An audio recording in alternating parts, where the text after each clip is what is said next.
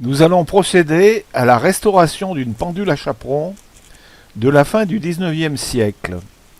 C'est un mouvement Japy de 1878. Ce type de pendule est quelquefois appelé mouvement de Paris.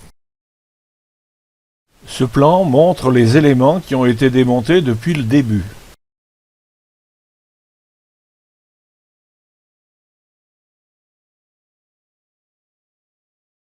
On tire les trois goupilles disposées à 120 degrés, ce qui permet de désolidariser le mouvement du support de cadran.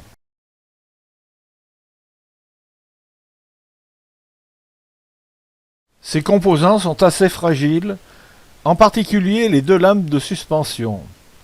On place l'ensemble dans la boîte de rangement.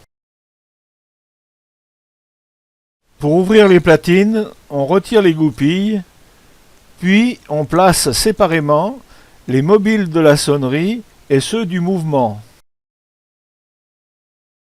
Je termine par les mobiles de la sonnerie que je place à ma gauche.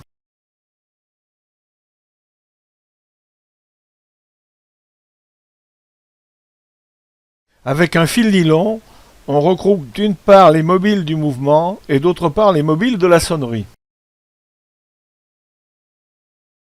Si l'on chauffe trop, la couleur du cuivre domine et donne au laiton un aspect moins esthétique.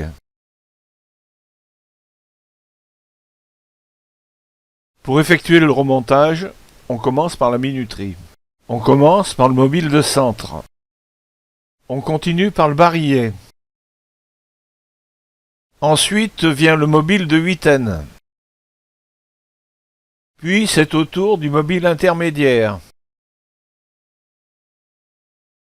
Et on termine par la roue d'échappement. Pour la sonnerie, on procède de la même façon. Comme le montre ce plan, avant la sonnerie de l'heure, le couteau doit être au pied de la rampe.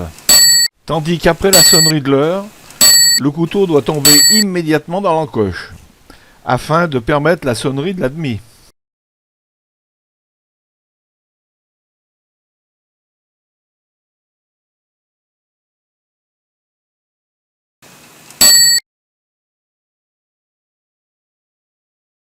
On obtient un tic-tac régulier en faisant tourner lentement le mécanisme dans un sens ou dans l'autre. Lorsque l'objectif est atteint, on bloque le mouvement.